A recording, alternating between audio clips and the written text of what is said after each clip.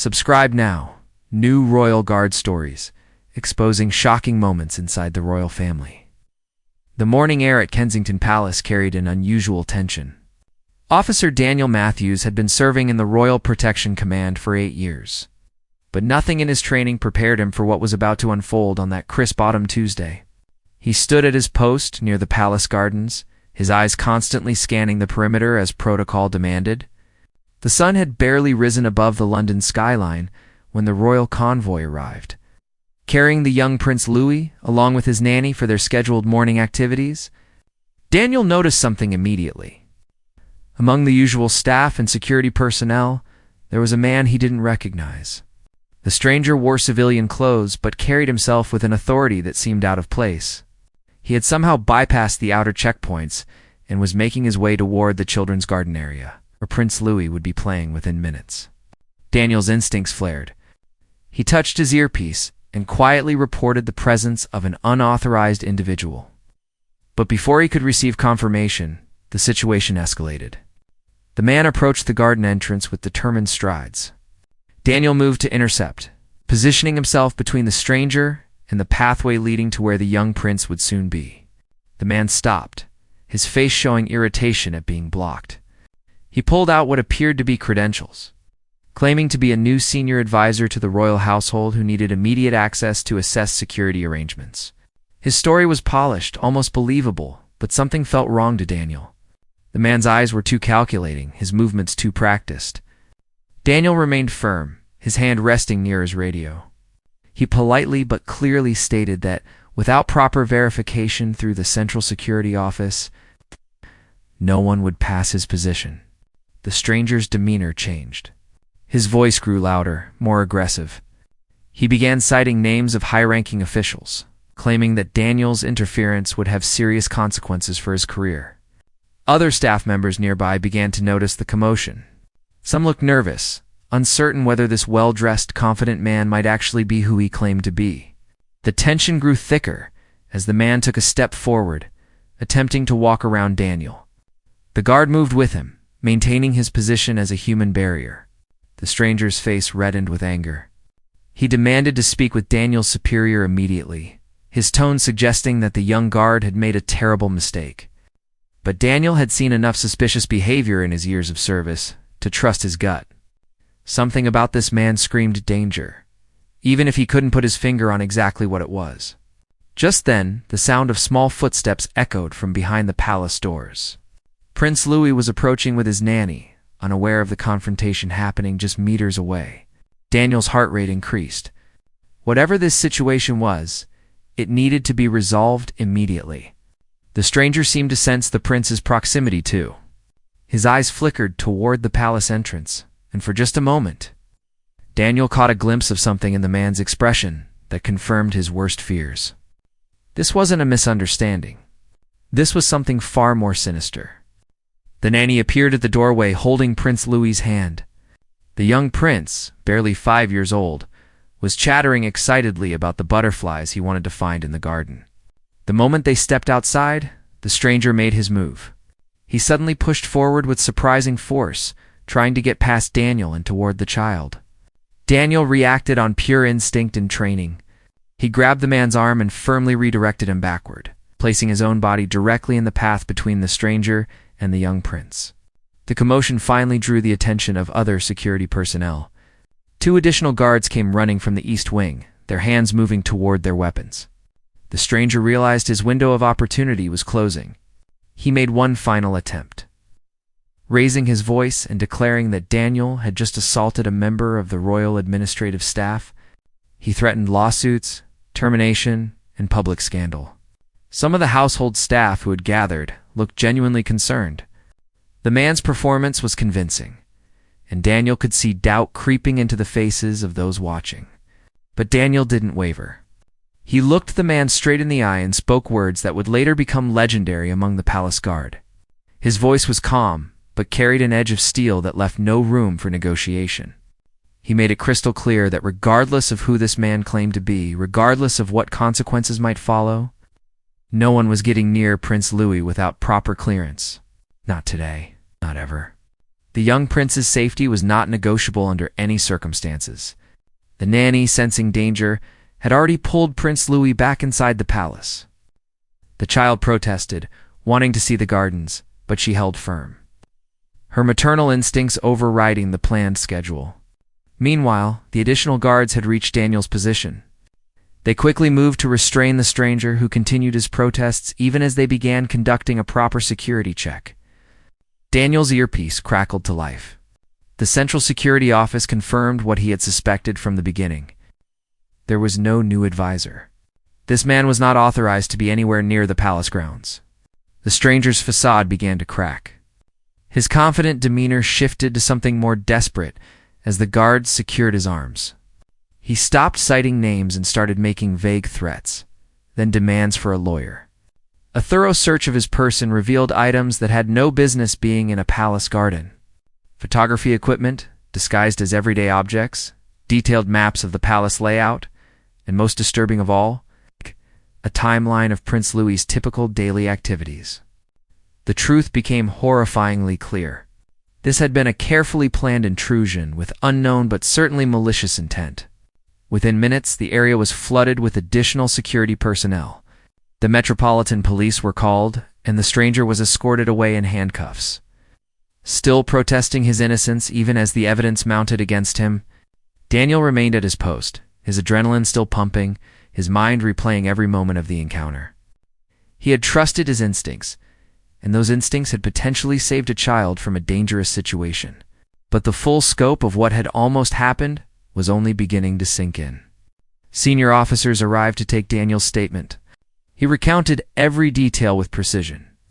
From the moment he first noticed the unauthorized individual to the final confrontation, his superiors listened intently, asking probing questions about the man's behavior, his claims, and most importantly, about Daniel's decision-making process in those critical moments. The young guard explained his reasoning clearly. He'd followed protocol, trusted his training, and refused to be intimidated even when faced with apparent authority and aggressive pressure. As the initial chaos settled, word of the incident began to spread through the palace staff. Whispers traveled through corridors and between departments. The young guard who had stood his ground, the officer who refused to back down even under intense pressure, the man who had placed himself between danger and a child without hesitation. These stories took on a life of their own, growing with each retelling. But at their core remained the simple truth of what had happened that morning. The investigation that followed revealed details that sent shockwaves through the entire royal security apparatus. The man Daniel had confronted was not working alone.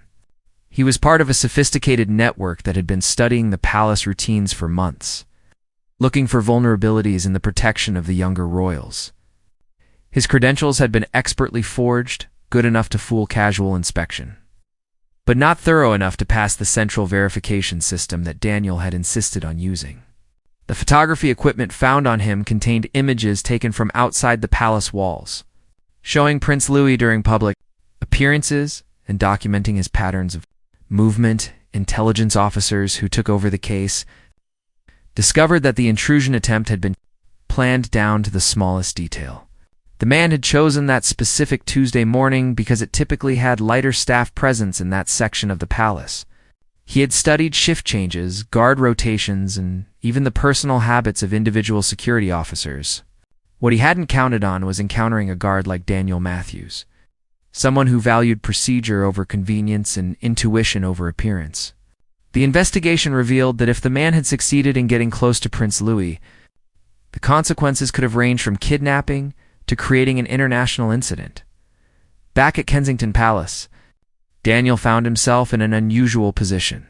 He had become something of a reluctant hero among his fellow guards, but he felt no pride in what had happened. Instead, he was troubled by how close the situation had come to disaster. During his debriefing sessions with senior security officials, he raised concerns about the existing protocols.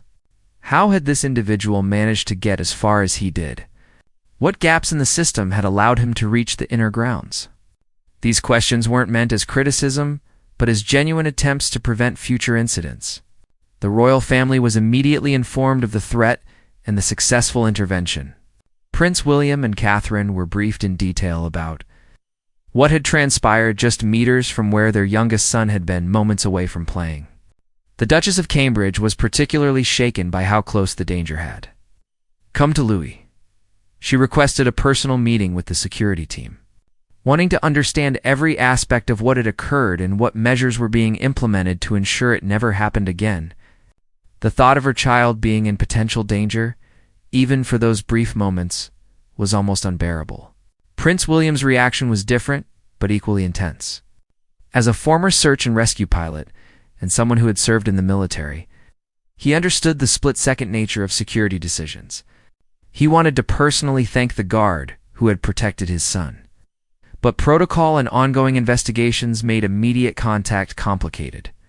Instead, he ensured that his gratitude was communicated through official channels, and he pushed for a comprehensive review of all security procedures affecting his children. The incident had exposed vulnerabilities that could no longer be ignored. Meanwhile, Daniel continued his regular duties, though nothing felt quite regular anymore. Every face he didn't immediately recognize now underwent extra scrutiny. Every deviation from normal patterns triggered heightened awareness. His fellow guards noticed the change in him. Where he had always been thorough, he was now almost hypervigilant. The near miss had affected him more deeply than he initially realized. He began having trouble sleeping, replaying the confrontation in his mind, imagining all the ways it could have gone wrong if he had made a different choice. The palace's head of security, Commander Margaret Thornberry, took notice of Daniel's state. She was a veteran of royal protection, with over 25 years of experience. She recognized the signs of post-incident stress. She arranged for Daniel to speak with the department's psychological support team, not as punishment or indication of weakness, but as standard care for any officer involved in a serious security event. During these sessions, Daniel opened up about the weight of responsibility he felt, not just for that one morning, but for every moment he stood guard, protecting the royal children. The counselor helped him understand that his reaction was normal and even healthy. The hypervigilance would fade with time, but the lessons learned would remain. What mattered most was that, when faced with a genuine threat, his training and instincts had worked exactly as they should. He had made the right calls under pressure, and a child was safe because of his actions. These sessions helped Daniel process the experience and begin to see it not as a near failure, but as a successful defense against a real and present danger. As weeks passed, more details emerged about the network behind the intrusion attempt. Law enforcement discovered that the group had been monitoring several royal residences, not just Kensington Palace. They had compiled extensive dossiers on the younger royals, their schedules, their protection details, and potential weak points in security coverage. The man Daniel confronted had been chosen for this specific attempt because of his ability to project authority and confidence, traits that had fooled others in the past during practice runs at other high-security locations. But he had never encountered someone as unmovable as Daniel Matthews.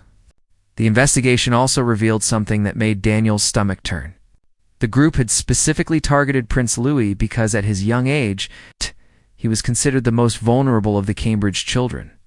They had calculated that a guard confronted with what appeared to be a legitimate authority, a figure might hesitate just long enough to create an opportunity.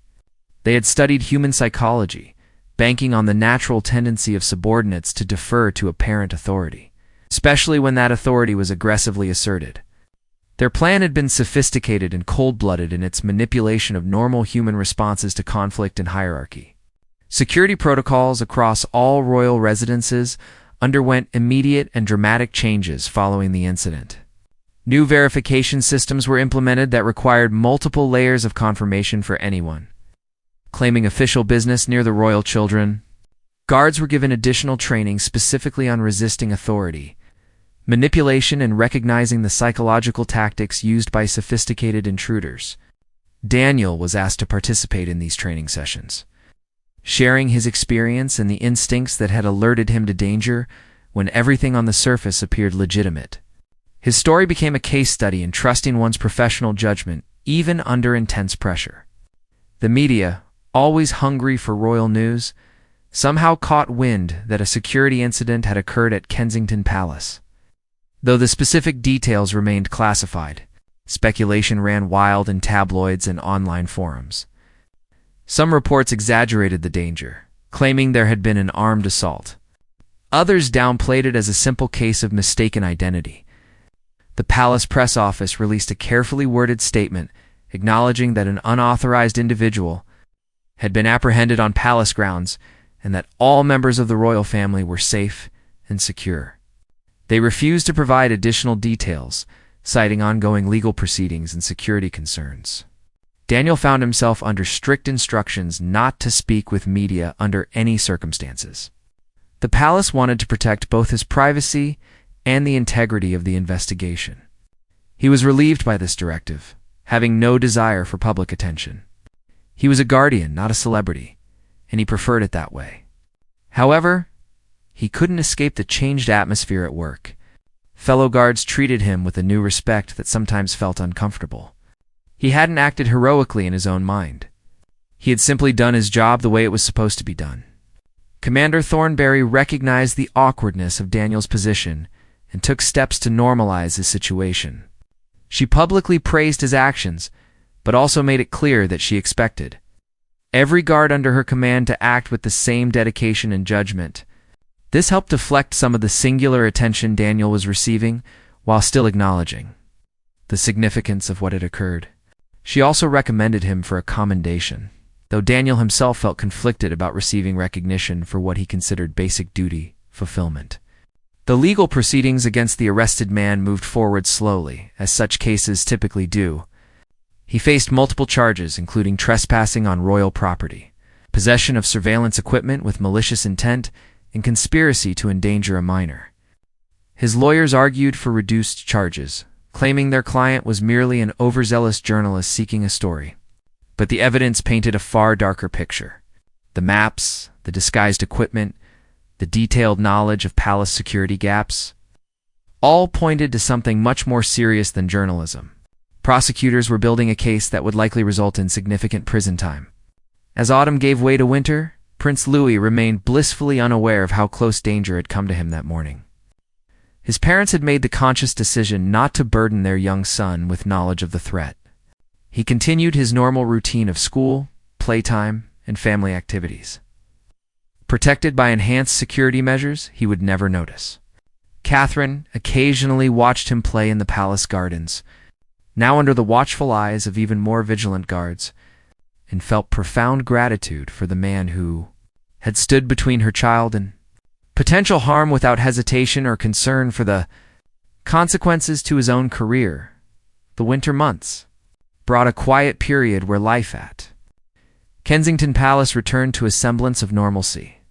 Though everyone involved knew that nothing would truly be the same, Daniel had settled into his enhanced routine. The initial shock of the incident having faded into a more sustainable state of professional awareness. The psychological support sessions had helped him process the experience, and he was sleeping better now, though he remained more alert than before. This wasn't paranoia, his counselor assured him, but an evolved sense of responsibility born from real experience. Commander Thornberry called Daniel into her office on a cold December morning. He arrived expecting another debriefing session, or perhaps news about the ongoing legal case. Instead, he found Prince William waiting alongside the commander. Daniel's heart skipped a beat. Despite his years of service and regular proximity to the royal family, a private audience with the Duke of Cambridge was extraordinary. He stood at attention, suddenly acutely aware of every detail of his uniform and bearing. Prince William rose from his chair and extended his hand, a gesture that immediately put Daniel more at ease, despite the formality of the situation. The Duke's handshake was firm and genuine, his eyes reflecting sincere emotion rather than mere protocol. He thanked Daniel directly, not with the distant politeness of royalty acknowledging service, but with the heartfelt gratitude of a father whose child had been protected from potential harm. The Duke spoke about the responsibility of parenthood, about the particular challenges of raising children in the public eye, and about the immeasurable value of people like Daniel, who took their protective duties seriously. The conversation lasted longer than Daniel had anticipated. Prince William asked about Daniel's background, his training, and his family. He wanted to understand the person behind the uniform, The man who had made split-second decisions that might have saved his son from a traumatic or even life-threatening situation. Daniel answered honestly, speaking about his own family. His younger siblings he had always felt protective toward, and how that natural inclination had guided him toward a career in protective services. The Duke listened intently, occasionally nodding with understanding. Before the meeting concluded, Prince William made a request that surprised Daniel. He asked if Daniel would consider joining the close protection team for his children when they traveled or attended public events. This was an extraordinary opportunity, representing not just trust, but a significant advancement in responsibility. Daniel felt honored, but also apprehensive. He asked for time to consider, wanting to be certain he could handle the increased pressure and scrutiny that would come with such a position. The Duke respected this thoughtfulness, seeing it as further evidence of Daniel's sound judgment and character. Commander Thornberry supported the potential transfer, but made it clear the decision was entirely Daniel's to make. She understood both the professional opportunity and the personal cost it might entail. Close protection duties would mean irregular hours, frequent travel, and living with the constant awareness that any mistake could have catastrophic consequences. It would also mean less privacy, as close protection officers were subject to more extensive background checks and monitoring. For some guards, this was a dream position. For others, it represented a burden too heavy to carry comfortably. Daniel took a week to consider the offer, discussing it with his family and the few close friends he trusted completely. His parents were proud, but concerned, understanding that higher visibility meant higher stakes. His younger sister reminded him of all the times growing up when he had stood up to bullies on behalf of other kids, when he had inserted himself into dangerous situations without thinking of his own safety. This wasn't new behavior for him, she pointed out, just a more significant stage for the same fundamental character trait. Her observation helped clarify his thinking. He accepted the position just before Christmas, with the understanding that he would undergo specialized training in the new year before assuming full responsibilities. The announcement within the Royal Protection Service was met with approval from most quarters, though a few senior officers questioned whether he was being promoted too quickly based on a single incident. Commander Thornberry addressed these concerns directly, pointing out that the incident had revealed qualities Daniel possessed, not created them. His entire service record supported the decision, and the incident had simply highlighted what had always been there. The new year brought intensive training, unlike anything Daniel had experienced before. Close protection work required different skills than perimeter security. He learned advanced defensive driving, close-quarters threat assessment, and protocols for protecting children specifically, which differed significantly from adult protection. He studied the psychology of crowd behavior, learned to identify potential threats in seemingly innocent situations, and practiced maintaining vigilant awareness while appearing relaxed and approachable. The training was exhausting, both physically and mentally, but he absorbed every lesson with dedication. During this period, the legal case against the man Daniel had confronted reached its conclusion. The defendant was found guilty on multiple charges and sentenced to 8 years in prison. The judge's remarks during sentencing specifically mentioned the serious nature of the planned intrusion and the potential harm that had been prevented by vigilant security personnel. The sentence sent a clear message that threats against the royal family, especially against children, would be prosecuted to the fullest extent of the law. Daniel attended the sentencing hearing, sitting quietly in the back of the courtroom, watching as justice was served. Seeing the man again, now in prison clothing rather than the confident civilian attire he had worn at the palace, stirred complicated emotions in Daniel. There was no satisfaction in seeing another human being imprisoned, but there was relief in knowing this particular threat was neutralized. During the proceedings, more details emerged about the network this man had been part of, revealing an operation far more extensive than initially suspected. Several other individuals had been arrested in connection with the case, and international law enforcement agencies were still tracking additional suspects. The scope of what Daniel had unknowingly disrupted was staggering. After the sentencing, prosecutors approached Daniel to thank him for his testimony and cooperation throughout the investigation. They explained that his detailed observations and quick actions had provided crucial evidence that made the prosecution's case virtually airtight. They also shared that during interrogations, The convicted man had admitted that Daniel's unwavering stance had caught him completely off guard. He had expected some resistance but believed his forceful confidence would overcome it, especially from a relatively young guard. His miscalculation had been assuming that professional duty would yield to perceived authority and aggressive intimidation. Spring arrived, and Daniel began his new duties as part of the close protection team for the Cambridge children. His first major assignment was a family outing to a London park. Seemingly simple task that actually involved extensive planning and coordination. He found himself working alongside seasoned protection officers who had decades of experience. They accepted him as a colleague, though he was clearly the newcomer. And they shared insights and techniques they had developed over years of protecting the royal family in public spaces. The most challenging aspect of the new role wasn't the security work itself, but learning to balance constant vigilance with the need to allow the children normal experiences. Prince George, Princess Charlotte, and Prince Louis needed to play, explore, interact with the world like other children, but they had to do so within a bubble of invisible protection.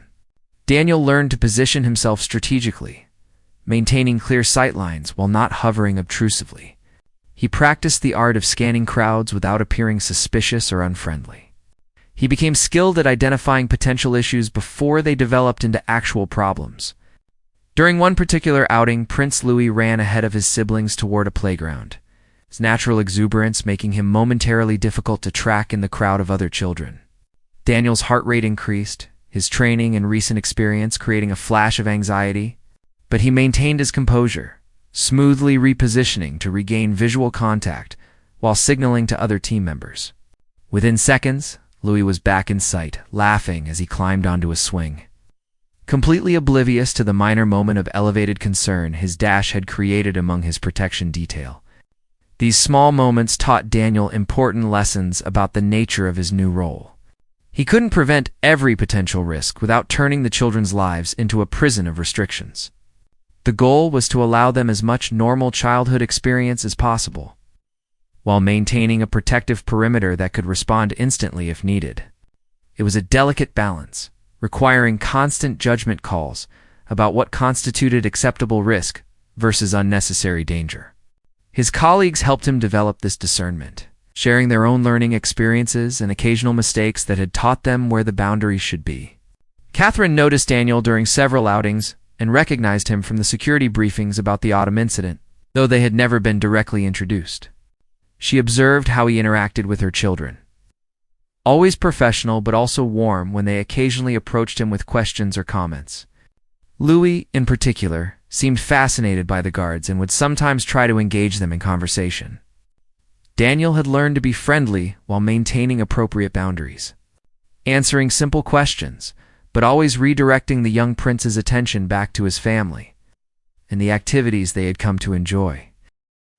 One afternoon, after a successful visit to a museum, Catherine made a point of speaking briefly with the protection team, as she occasionally did to show appreciation for their work. When she reached Daniel, she paused, making eye contact with genuine warmth. She simply said thank you, but the weight of meaning behind those two words was unmistakable. She knew who he was and what he had done. Daniel responded with professional courtesy, but internally he felt a profound sense of purpose. This was why he had chosen this career path. This was the meaning behind all the training, the vigilance, and the responsibility. Asterisk, as months passed and seasons changed, Daniel became an established member of the close protection team, his initial newness fading into competent experience. He developed working relationships with other guards, household staff, and even some members of the extended royal family who occasionally interacted with the Cambridge children. His reputation had preceded him, and many people in royal circles knew the story of the guard who had defied intimidation to protect Prince Louis. Some versions of the tale had been embellished through retelling, but the core truth remained respected and admired. The incident from that autumn morning became a teaching moment throughout the Royal Protection Services. New recruits heard the story during their training, learning about the importance of trusting their instincts and following protocol even under pressure. Daniel was occasionally asked to speak at training sessions, sharing his perspective on what had happened and the thought process that had guided his decisions. He always emphasized that he wasn't special or uniquely brave, but rather had simply applied his training and refused to be swayed by manipulation tactics. Every guard was capable of the same response if they remained committed to their core duty. The professional recognition that followed the incident came in various forms. Daniel received a commendation for exceptional service, presented during a ceremony attended by senior police officials and royal household administrators. The citation specifically mentioned his sound judgment, unwavering dedication to duty, and the protection of a member of the royal family from potential harm. Standing at attention while the commendation was read aloud, Daniel felt a complex mixture of pride and humility. He was grateful for the recognition but remained convinced that he had simply done what any dedicated guard should do in the same circumstances. However, not everything that followed was positive. The increased visibility brought complications to Daniel's personal life. His name had been kept out of media reports, but within security and law enforcement circles, he was well known. This made it difficult to maintain the low profile he preferred. Some colleagues treated him differently now, either with excessive deference or with subtle resentment from those who felt his rise had been too rapid. Daniel navigated these social dynamics as best he could, staying focused on his work and treating everyone with the same respect, regardless of how they treated him. His family also experienced ripple effects from his enhanced role. His parents received occasional calls from distant relatives and old acquaintances, who had heard vague stories and wanted details. His younger siblings found themselves answering questions from friends about whether their brother really worked for the royal family. The Matthews family had always been private and working class, unaccustomed to any kind of public attention. Daniel made a point of spending time with them regularly, helping them understand what he could and couldn't discuss, and ensuring they felt supported despite the unusual circumstances his career had created. The anniversary of the incident arrived quietly. Daniel marked it privately, taking a moment during his shift to stand at the spot where the confrontation had occurred. The garden looked peaceful in the morning light, exactly as it had that day a year ago. Children were playing inside the palace, their laughter carrying faintly through the windows. Everything appeared normal and safe, which was exactly how it should be. He thought about how differently things might have gone, about the split-second decisions that had prevented potential tragedy, and about the ongoing responsibility he now carried every single day. Commander Thornberry found him there. Having anticipated he might visit that spot on the anniversary, she stood beside him quietly for a moment before speaking. She shared something she had never mentioned before.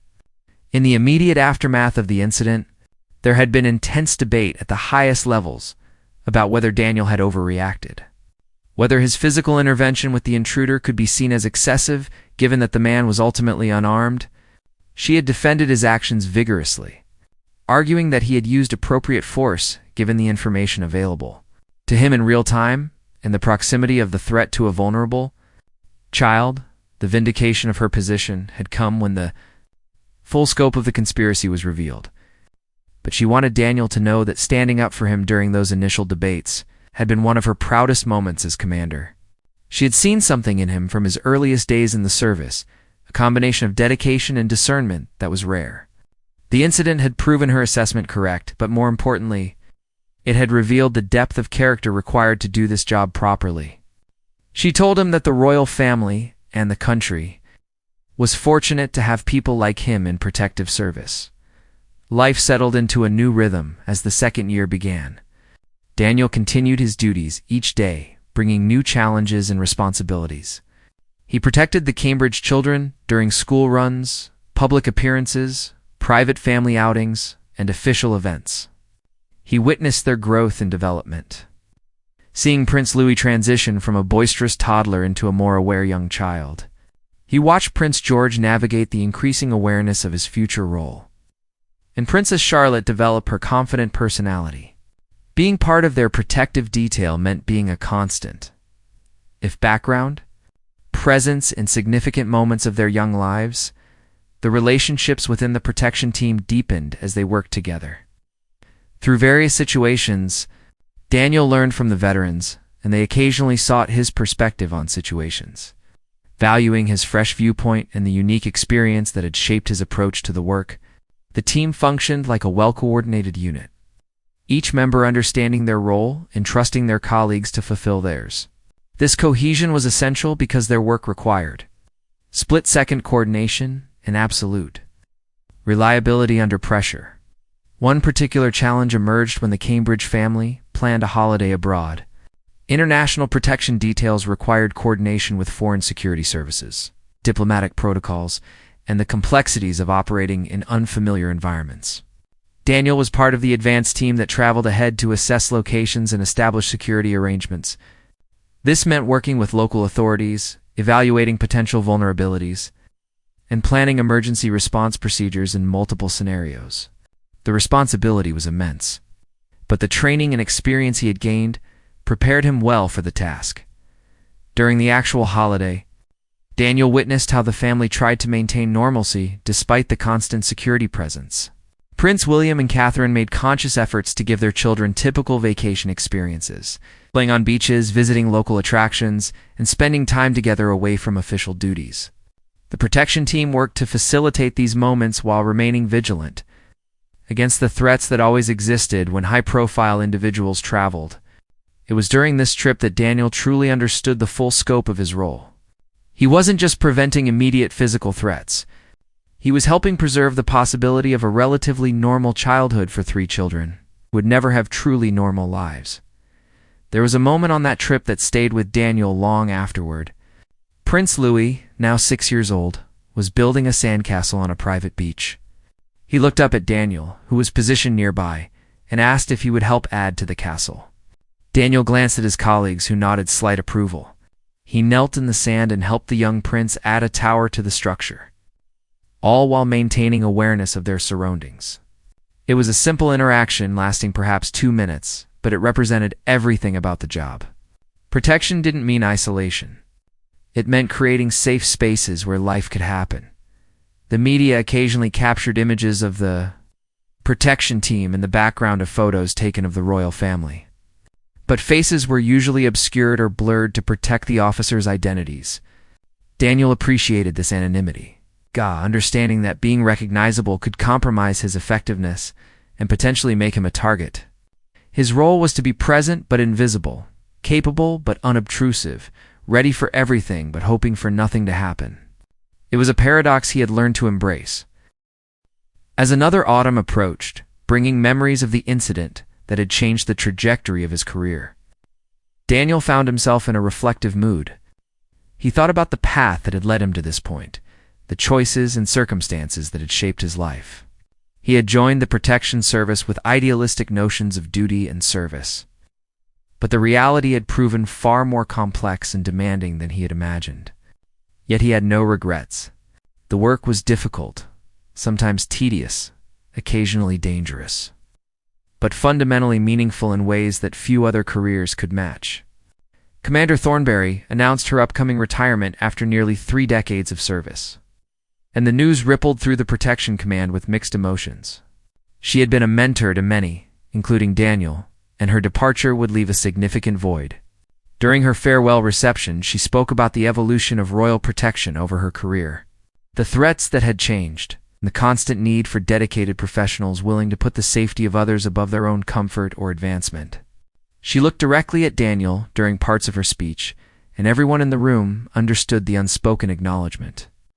The new commander, a career protection officer named James Hartley, brought his own approach to leadership, but maintained the core principles that had guided the service for generations. In one of his first meetings with the close protection teams, he addressed the balance between security and privacy, between vigilance and paranoia. He acknowledged that their work required constant judgment calls, and that mistakes would occasionally happen.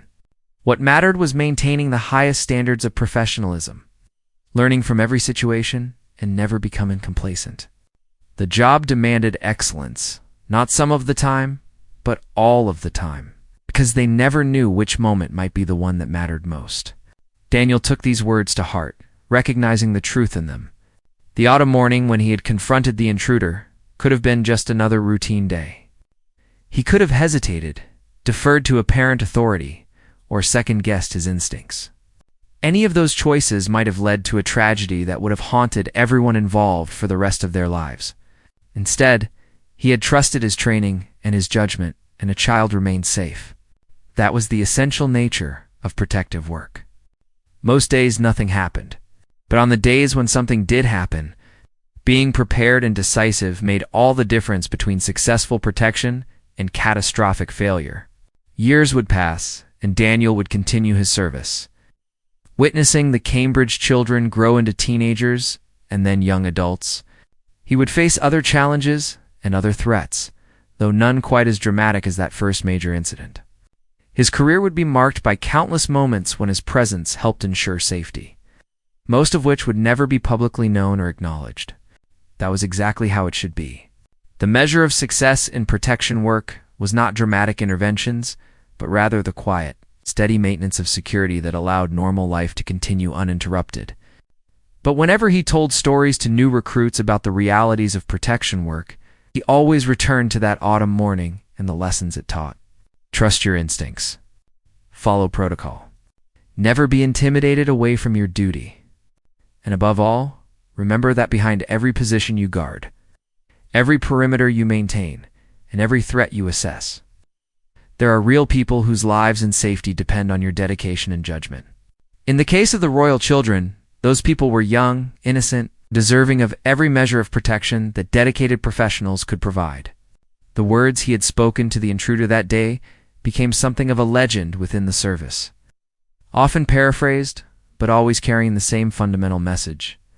When duty calls for the protection of the vulnerable, there can be no negotiation, no intimidation, and no compromise. The safety of those under protection is the paramount concern, superseding career advancement, personal comfort, or any other consideration. This wasn't just protocol. It was the moral foundation upon which the entire concept of protective service rested. Daniel Matthews continued his work with quiet professionalism, never seeking attention, but earning respect through consistent dedication. The incident that had brought him recognition became just one part of a longer career defined by service.